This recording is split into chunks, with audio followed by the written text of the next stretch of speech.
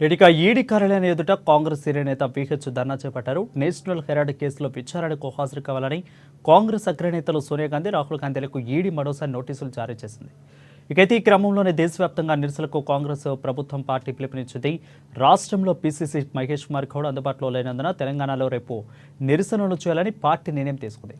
కానీ PCC chief లేకపోయినా కాంగ్రెస్ పిలుపు మేరకు రేపు ధర్నా నిర్వహిస్తామని సీనియర్ నేత విహెచ్ పేర్కొన్నారు. దీంతో ఈడీ కార్యాలయం ఎదుట ఈ రోజు బటాయించి నిరసన వ్యక్తం చేశారు విహెచ్.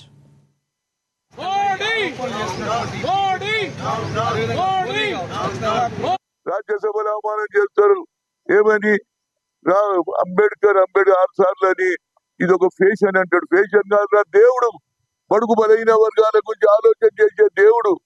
అదొక భగవద్గీత కదా, ఖురాన్ గా అన్నింటికి పనికొచ్చే ఏదైతే కాన్స్టిట్యూషన్ కూడా సంవిధానం కూడా అవమానపరుస్తున్నారు. కనుక తప్పనిసరిగా సోనియా గాంధీ మీద, రాహుల్ గాంధీ మీద ఎంతో మంది విజయ్ మల్య ఎప్పుడు పోయిన కోట్ల రూపాయలు సంపాదించి ఇతర దేశాలకు తెచ్చినావురా? నరేంద్ర మోడీని తెచ్చినవా? కేవలం దేశం గురించి పోరాడుతుంటే ఆమె మీద పని కట్టుకొని ఏ విధంగానన్నా జైలుకు పంపాలి, రాహుల్ గాంధీని పంపాలి అనే ఆలోచనను విరమించుకోకపోతే యావత్ భారతదేశంలో ప్రతి ఒక్కరు కూడా సెక్యులర్ సిద్ధాంతం అందరూ కూడా రోడ్డు మీదకి వస్తారు. ఇప్పటికన్నా ఆలోచన చేయి.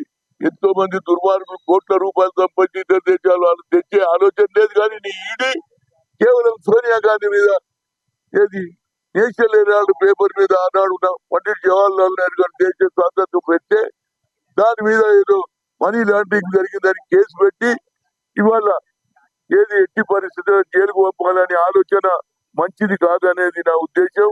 దీనికి తప్పనిసరిగా అన్ని రాజకీయ పార్టీలు ఏ విధంగానైతే ఫైట్ చేస్తాయో సెక్యులర్ సిద్ధాంతాన్ని నమ్ముతున్న ప్రతి ఒక్కరు కూడా